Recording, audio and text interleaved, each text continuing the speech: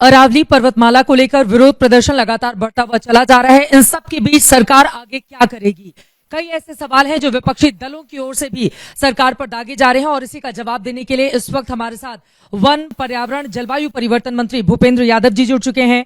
और आप राजस्थान से ही सांसद हैं, वहीं पर पले बढ़े और सबसे ज्यादा विरोध भी इस बात का उसी हिस्से में देखने को मिल रहा है। एक बड़ी चुनौती आपके सामने है, इससे निपटने की सरकार की क्या है तैयारी? सबसे पहली बात तो है, ये सारा विषय कांग्रेस का झूठ है। सारा नैरेटिव ही झूठ पर खड़ा हुआ है, क्योंकि ये पूरा जो जजमेंट है ये अरावली में इलीगल माइनिंग को बैन करने के लिए है। तो जब आप इलीगल माइनिंग को बैन करते हो तो उसमें सबसे पहले आपको एरिया आइडेंटिफाई करना चाहिए कि सस्टेनेबल माइनिंग के लिए कौन सा एरिया है। इसमें कोई नई माइनिंग लीज को परमिट नहीं की गई है। और जब आप नए एरिया को आइडेंटिफाई करोगे तो आपको अरावली पर्वत और अरावली पर्वत श्रृंखला उसको भी आइडेंटिफाई करना पड़ेगा। और अरावली पर्वत और अरावली पर्वत श्रृंखला को कोर्ट ने अपनी एक टेक्निकल कमेटी बना करके रीएवैल्यूएट कराया है और इसमें कोर्ट ने उसको कंसीडर किया है। तो इसमें ना कोई माइनिंग लीज आने वाली है, नया कुछ आने वाला है।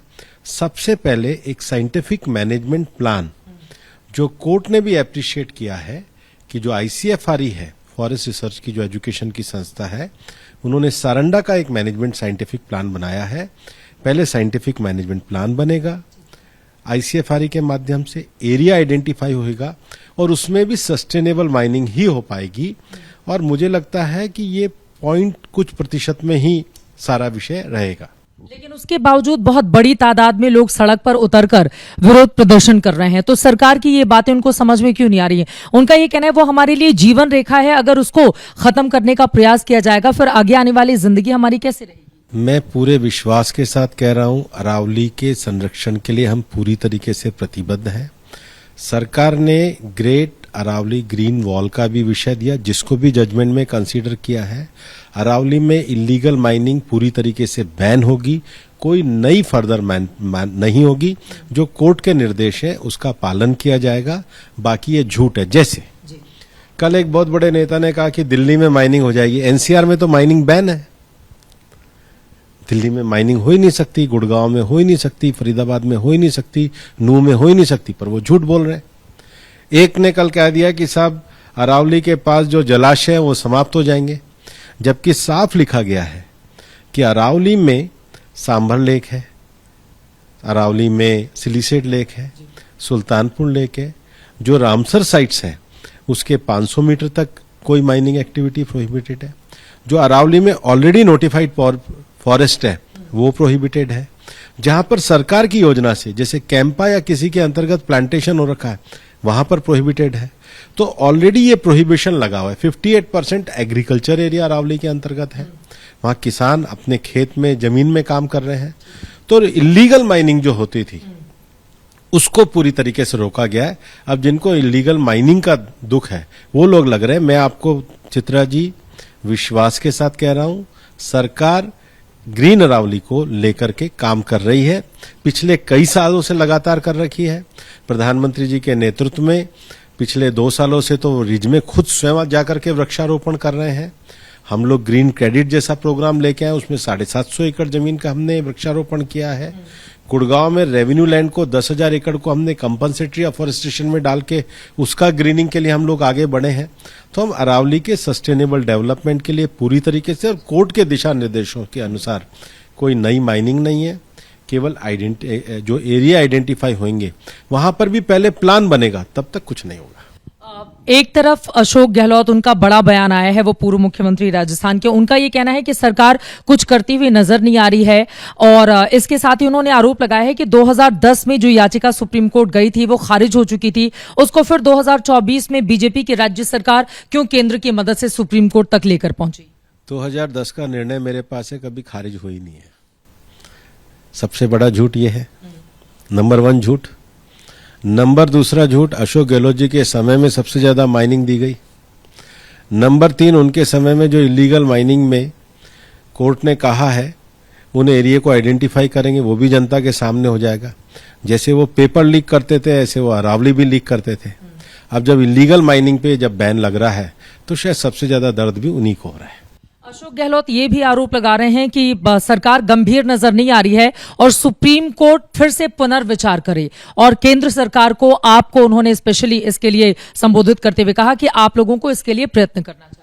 अभी तो इस पे कार्रवाई करने के सुप्रीम कोर्ट ने निर्देश दिए और मामला सुप्रीम कोर्ट में ही पेंडिंग है। हम सुप्रीम कोर्ट के निर्देशों के हिसाब से अरावली के प्रोटेक्शन में पूरी तरीके से प्रतिबद्ध होकर के लगे हुए हैं। जो उनके समय में इलीगल माइनिंग हुई है, कोर्ट निर्देश भी है, उसको पूरी तरीके से बंद कर रहे हैं। ये उनकी तिलमिलाहट है। तो आप ये कह रहे हैं कि पुनर्विचार सरकार नहीं करेगी, कोर्ट ने जो आदेश दिया है उसको के अंदर मैटर पेंडिंग पड़ा है।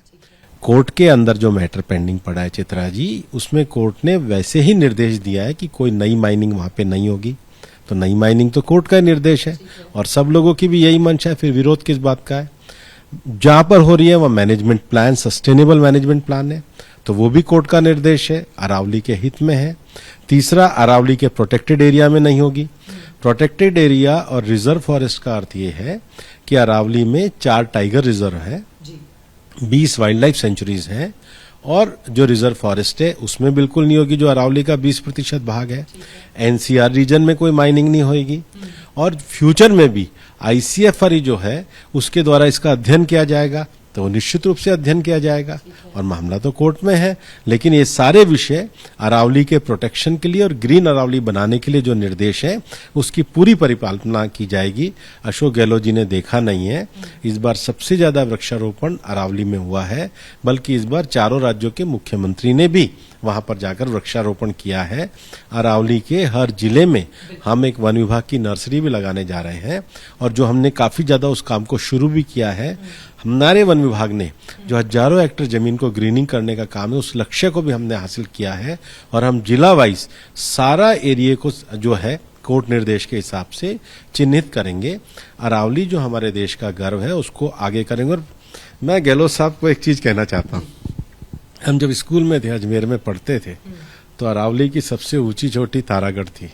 तो हमारे स्कूल का सॉन्ग ये था कि तारागढ़ की छाया में पल प्रतिपल पावे पावन बल, सम्मुख निज पृथ्वी राज रहे, ये देश बना सरताज रहे।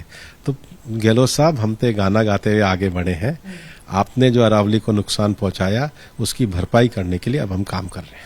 लेकिन यहाँ पर एक परसेप्शन सरकार के खिलाफ बनता हुआ नजर आ रहा है। आपने कहा कि कांग्रेस पार्टी की ओर से ये जो भ्रम फैलाया जा रहा है उसकी वजह से कुछ लोग आक्रोश में आकर विरोध प्रदर्शन कर रहे हैं, लेकिन बड़ी तादाद में आम जनता जो उतरी हुई है उसको कैसे भरोसा देंगे कि अवैध खनन को रोकने के लिए सुप्रीम कोर्ट ने जो निर्देश दिया है उसके पालन के लिए, और आप लोग ग्रीन अरावली और फैले सुदूरवर्ती इलाकों में भी उसका विस्तार हो उसकी कोशिश की जा रही है, कैसे समझाएंगे जो आम जनता सड़क पर उतरी? चित्रा जी, मैं आपको पूरा आश्वस्त कर रहा हूं, एनसीआर रीजन में कोई माइनिंग नहीं है। पक्का? Delhi, Nuh, Gurgaon, Faridabad, no mining. उसके बाद मैं आपको बता रहा हूं, गुड़गांव में जो हमने 750 एकड़ में ग्रीन क्रेडिट से प्रोग्राम शुरू किया है, एकदम गुड़गांव के लंग्स के बीच में, उसको हरा भरा करेंगे। गुड़गांव में जो 10,000 हेक्टेयर को हम कंपनसेटरी या फॉरेस्टेशन में लाए हैं, अभी कोर्ट में लिटिगेशन है, उसको हरा भरा करने का काम करेंगे। अरावली के अंतर्गत जो ESZ क्षेत्र है, जिसमें 4 टाइगर रिजर्व और 20 वाइल्ड लाइफ सेंचुरी आती है, उसके ESZ के 1 किलोमीटर तक हम जो रेस्ट्रिक्शन है उसका पूरी परिपालना करेंगे। अरावली में जो रामसर साइट्स हैं, जैसे असोला भाटी की रामसर साइट है, सुल्तानपुर की रामसर साइट है, सांभर की रामसर साइट है, सिलीसेट की रामसर साइट है, उसको पूरी तरीके से करेंगे। उदयपुर को जो रामसर साइट का दर्जा मिला उसको पूरा करेंगे। जिला अनुसार जो साइंटिफिक प्लान की बात कोर्ट ने कही है, वो जिला अनुसार वो प्लान बनेंगे, और राज्य सरकारों के सहयोग से ग्रीन अरावली को सुनिश्चित रूप से आगे बढ़ाने के लिए करेंगे। और मैं सब लोगों से आह्वान करता हूं कि एक पेड़ मां के नाम अभियान जैसे और बाकी विषय में ग्रीनिंग और डिग्रेडेड एरिया है उसमें साथ आए, जुड़े, और अरावली का जो गौरव, इकोलॉजी का जो रिच बायोडायवर्सिटी का आप सब चाहते हैं, हम सब मिलकर के उसको अचीव करें। दरअसल अरावली सिर्फ एक राज्य तक सीमित नहीं है, अलग अलग राज्य, कई जिले उससे जुड़े हुए हैं, और हर जगह इसको लेकर एक अलग स्थिति। 4 राज्य हैं, हरियाणा, दिल्ली, राजस्थान, गुजरात, 39 डिस्ट्रिक्ट्स हैं, है ना, और हर डिस्ट्रिक्ट्स में एक फॉरेस्ट नर्सरी है। आपको मैं बताना भी चाहूंगा कि इसी साल उदयपुर में लगभग गर्मियों में मैंने 39 के 39 डीएफओस को बुलाया था और हमने कहा है कि जो आपके डिस्ट्रिक्ट्स की नेटिव स्पीशीज हैं जो अरावली के लिए, जैसे अरावली की नेटिव स्पीशीज में बेर है, ढाक है, भेड़ा है, आंवला है, गुलर है, नीम है, पीपल है, बड़ है, क्योंकि गहलोत साहब मानते नहीं, हम तो अरावली में पले बड़े ही हैं, लोकल नेटिव स्पीशीज तो हमारे दिल में है, हमने शुरू से इसी को करा है। ये सारे पेड़ों के लिए मैंने अलग अलग नर्सरी और सभी डीएफओस के साथ पूरा कोऑर्डिनेशन किया और जनता के सहयोग से इसको हम और अच्छा करेंगे। आप ये कहना चाह रहे हैं, आखिरी सवाल अरावली से जुड़ा हुआ, फिर मैं दिल्ली के प्रदूषण पर भी आपसे बात करूंगी। आप ये कह रहे हैं कि लोगों को परेशान होने की जरूरत नहीं है, सरकार गंभीर है, प्रतिबद्ध है और अरावली को लेकर लोगों के मन में किसी भी तरह का भ्रम नहीं रहे, उसको कोई क्षति नहीं पहुंचेगी। लोगों की संवेदनाओं के साथ हम पूरी तरीके से हैं और लोगों की अपेक्षा के हिसाब से हम ग्रीन अरावली में सबके साथ मिलकर के काम करेंगे। कोई इलीगल माइनिंग एक्टिविटी अब कोर्ट के बाद तो और स्पष्ट हो गया है, नहीं वहां पे होगी। कोर्ट के निर्णय में स्पष्ट डायरेक्शन है, कोई जब तक साइंटिफिक प्लान नहीं और न्यू माइनिंग नहीं होगी। और एक जो स्ट्रेटेजिक माइनिंग है, जैसे अरावली के कुछ एरिया में देश की स्ट्रेटेजिक आवश्यकता के हिसाब से जो स्ट्रेटेजिक पॉइंट से जो विषय होगा उसको भी कोर्ट निर्देशों की पालना में किया जाएगा। बाकी अरावली में कोई 2% क्या 0% में ही जो माइनिंग जो सस्टेनेबिलिटी के लिए है वही अलाउ है।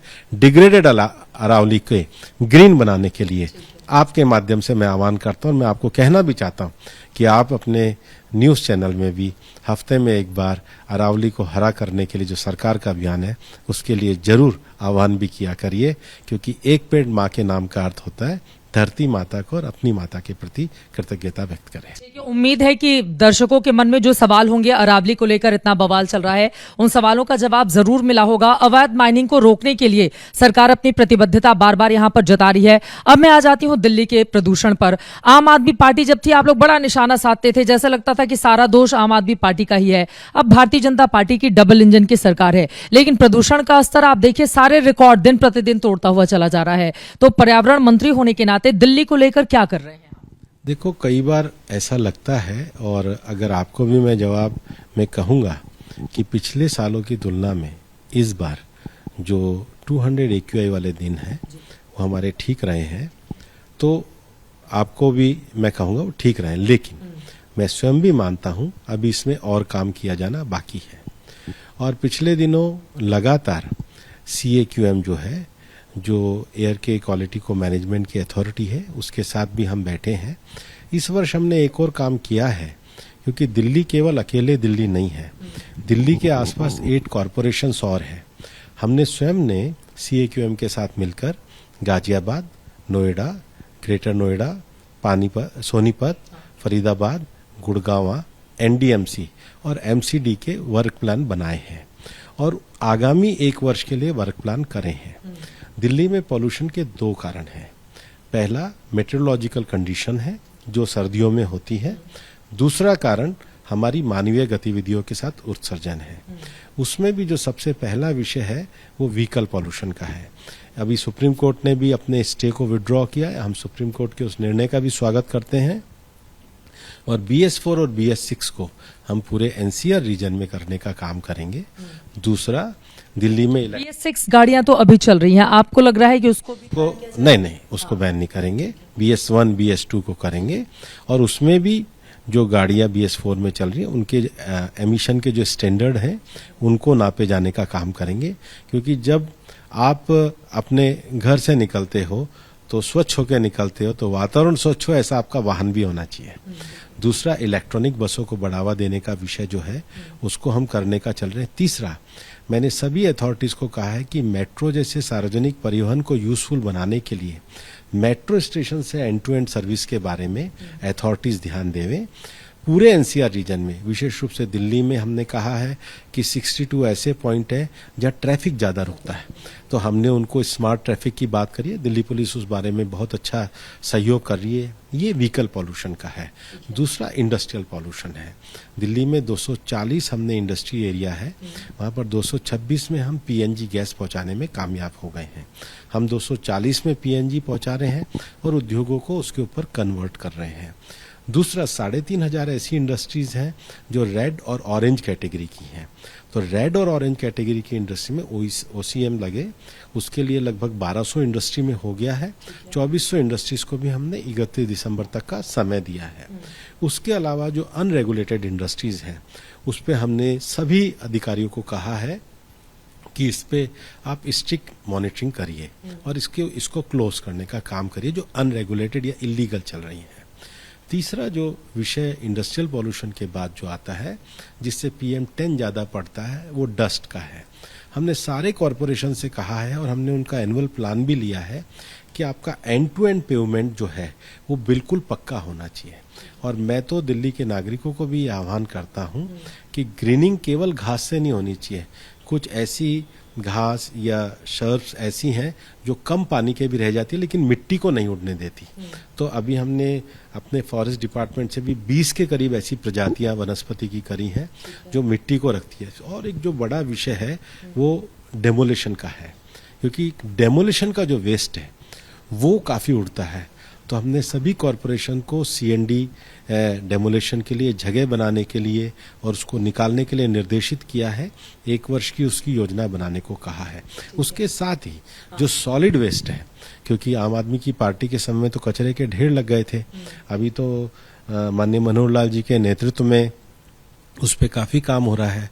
और लगभग 3 तो ऐसे हैं, भलसवा का, ओखला का, जांगी, और उसको तो पूरा हम जून तक का टारगेट रख रहे हैं कि लीगेसी वेस्ट को बैन किया जाए। बल्कि गुड़गांव, फरीदाबाद के भी कॉरपोरेशंस ने कहा है कि वो जल्दी टेंडर निकाल के उनका जो बंदवाड़ी में लीगेसी वेस्ट है उसको दूर करने का काम करेंगे। फिर हर कॉरपोरेशंस को हमने कहा है कि आप दिल्ली में जो ओपन स्पेस है उस ओपन स्पेस को आप पब्लिक डोमेन में करिए और लोगों का पार्टिसिपेशन करिए कि ज़्यादा से ज़्यादा ग्रीनिंग करें।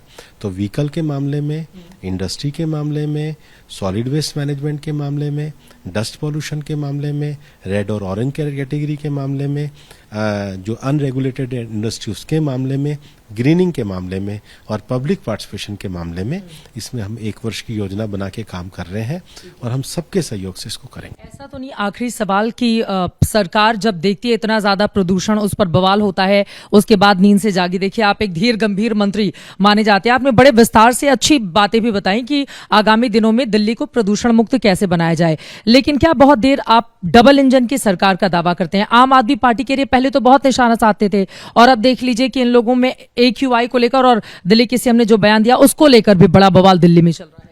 देखो, हम लोगों ने पराली को लेकर भी काम किया है और आम आदमी पार्टी की सरकार के जो मंत्री थे वो जितना भाषण दिया करते थे उतना काम नहीं करते थे और वो केवल आलोचना प्रत्यालोचना में रहे हैं। लेकिन मैं ये मानता हूँ कि मोदी जी के नेतृत्व में हमने पहली बार NCR में लोकसभा में बिल पास करा के CAQM जैसी अथॉरिटी बनाई है। पिछले 3 सालों में CAQM ने अपनी एक फंक्शनिंग बनाई है। ये जो फंक्शनिंग का मायना है वो पॉलिसी भी है, साइंटिफिक रिसर्च भी है और साइंटिफिक डिसीजन लेना भी है। क्योंकि प्रदूषण में मानव जनित जो प्रदूषण है वो प्लस मौसम संबंधी चीजें, इन दोनों का जो कोऑर्डिनेशन के लिए जो स्टेप उठाने चाहिए वो स्टेप उठाने के लिए हमने काम किया है। और इसलिए मैं आपको बता रहा हूँ, पिछले 2 महीने से कोई ऐसा दिन नहीं जाता है जब CAQM से हमारी बात ना होती हो। पहले हम मौसम विभाग से हवा, विंड, उसका ट्रेंड ना पता करते हो और उसके हिसाब से गैप ना लगाते हो। अभी CAQM जनवरी में और कुछ अच्छे निर्णय करने वाला है। लगातार समीक्षात्मक बैठकों के बाद दिल्ली में, NCR में विभिन्न एजेंसियों का अच्छा कोऑर्डिनेशन बना है। एक छोटा सा जवाब और मैं चाहूंगी, ये बताइए कि दिल्ली कब तक प्रदूषण मुक्त, क्योंकि जितने भी अलग अलग देशों के राष्ट्राध्यक्ष आते हैं, हाल ही में हमने पुतिन साहब को देखा जब वो दिल्ली में आए थे, उस दिन भी कितना ज्यादा प्रदूषण था। तो दिल्ली को पूरी तरह से प्रदूषण मुक्त करने के लिए, क्योंकि अब मोदी सरकार बड़े बड़े काम कर रही है देश में, जैसा वो दावा भी करती है, तो दिल्ली को पूरी तरह से प्रदूषण मुक्त करने के लिए, यमुना पूरी तरह से स्वच्छ करने के लिए क्या कोई टाइम फ्रेम आप लोगों की ओर से डिसाइड किया गया है? चित्रा जी, मैंने जितने विषय आपको कहे हैं, दिसंबर में सबके ईयरली प्लान देखे हैं। मैं पूरी निष्ठा और ईमानदारी से अगले वर्ष हमारे सारे मुख्यमंत्री और हम सब मिलकर इसके लिए कार्य करेंगे, अच्छे परिणाम लाएंगे और आपको हर महीने इसका अपडेट भी देते रहेंगे। बहुत धन्यवाद आपका एबीपी न्यूज से जुड़ने के लिए। मंत्री जी को परिश्रम भी ज्यादा करना होगा और परिश्रम की पराकाष्ठा जब पार होगी तभी दिल्ली से प्रदूषण भी कम होगा। और अरावली को लेकर भी इनके दावे हैं। इनका ये कहना है कि कांग्रेस पार्टी की ओर से भ्रम फैलाया गया है, सरकार पूरी तरह से प्रतिबद्ध है, अरावली की पर्वत श्रृंखला को कोई नुकसान नहीं पहुंचेगा और उसके विस्तारीकरण को लेकर भी कई योजनाएं आगामी दिनों में आप देखेंगे। अब इनके दावों का कितना दम दिखेगा जमीन पर और ये जो विरोध प्रदर्शन चल रहा है वो क्या समाप्त होते हुए हम देखेंगे अगले कुछ घंटों में। इस पर लगातार एबीपी न्यूज की नजर बनी रहेगी। अभी के लिए दीजिए इजाजत। देश और दुनिया की तमाम खबरों के लिए आप देखते रहिए एबीपी न्यूज।